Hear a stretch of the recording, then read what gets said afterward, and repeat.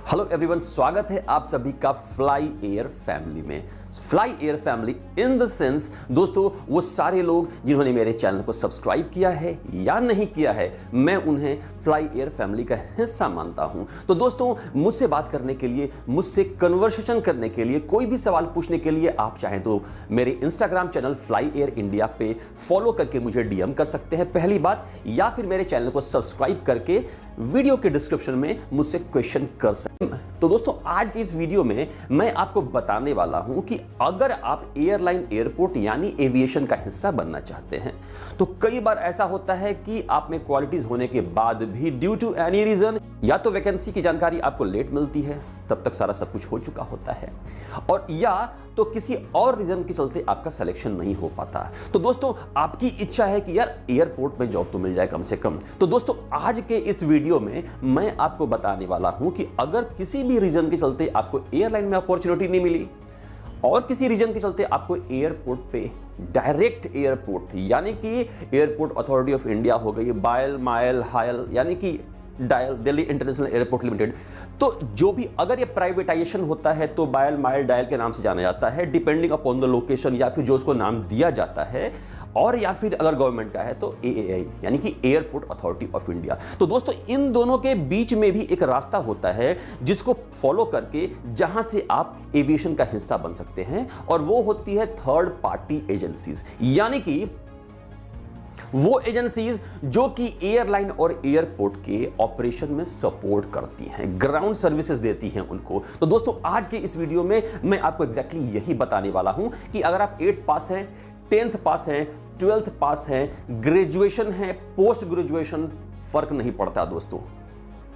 आपके पास अगर required eligibility criteria है तो आप एविएशन का हिस्सा बन सकते हैं। तो दोस्तों, सबसे पहली जो बात समझने की होती है, आगे बढ़ने से पहले आपको बताना चाहूंगा दोस्तों, एयरलाइन एयरपोर्ट में जॉब के लिए पैसे नहीं लगते हैं। अब चूंकि थर्ड पार्टीज की बात है तो उनका इंटरनल टर्म्स कंडीशंस क्या है इसके रिगार्डिंग मैं कुछ नहीं बोलूंगा, लेकिन बाहर में अगर कोई आपको मिलता है और बोलता है कि जॉब दिला देगा तो उसके नाम पर उनसे फंसिएगा मत। तो दोस्तों, अब बात आती है कि आखिर थर्ड पार्टी जो एजेंसीज हैं उनके बारे में पता कैसे चलेगा। दोस्तों,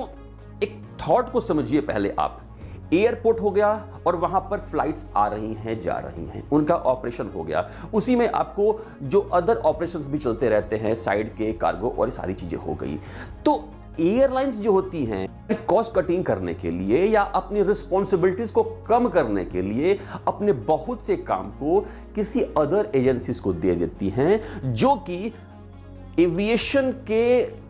प्रोसेस के अकॉर्डिंग सर्टिफाइड होता है। अब कौन उन्हें सर्टिफाई करता है, अगर आप कमेंट करेंगे, ज्यादा कमेंट आएगा तो बता सकता हूं। तो दोस्तों, जैसे कि फॉर एग्जांपल मैं एक दे रहा हूं, जब मैंने ज्वाइन किया था 2004 में एविएशन, उस वक्त कंबाटा करके एक एजेंसी थी जो कि ग्राउंड सपोर्ट में आपको सर्विसेज देती थी, जैसे कि, और ये सर्विसेज हर कुछ यानी कि A to Z में आपको सर्विसेज मिलते थे। दोस्तों, उस वक्त कंबाटा की जो हैंडलिंग स्पीड थी, माय गॉड, 747 फ्लाइट आती थी, बड़ी वाली फ्लाइट, उसको वो इतनी जल्दी खाली करके पूरा लोड कर दिया करते थे कि हैट्स ऑफ टू देम। तो दोस्तों, इसी तरह की कंपनीज होती हैं जो कि लोडर प्रोवाइड कराती हैं, ड्राइवर प्रोवाइड कराती हैं, मैन पावर प्रोवाइड कराती हैं, tractor, driver, pushback, each and everything. यहां मैं एक बात जरूर कहना चाहूंगा, फ्रॉड वाले जो होते हैं वो खुद को बोलते हैं कि हम भी आपको थर्ड पार्टी एजेंसीज हैं।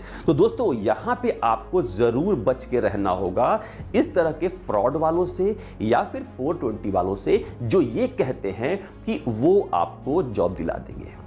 तो दोस्तों, बात करें अगर सैलरी की और क्वालिफिकेशन की, तो दोस्तों, सैलरी जो नॉर्मल एयरलाइंस में मिलती हैं कई बार तो उनसे भी बेहतर सैलरी वहां पे मिल जाती है। मैं एयरपोर्ट की बात नहीं कर रहा हूं, particularly airport authority of India, that is government, और वहां तो अगर आपका हो गया, जॉब मिल गया आपको, तो माशाल्लाह मजा आ जाता है आपको, बिलीव मी। तो यहां पे सिचुएशन ये आती है, सैलरी आपको अराउंड 20,000 के आसपास स्टार्ट होती है, और क्वालिफिकेशन अगर देखा जाए तो कुछ एक जॉब ऐसे होते हैं जिसमें शायद 12th पे, 10th पे या इवन 8th पे भी बात बन जाती है। प्रेजेंट सिनारियो में अगर कुछ टर्म्स कंडीशंस चेंज हो गए हों, जब आप वीडियो देख रहे हों उस वक्त कुछ बदलाव हो गए हों, ये अलग बात है। लेकिन 8th 10th 12th ग्रेजुएशन, इन सारे बेसिस पे कहीं ना कहीं आप इन एजेंसीज में सेटअप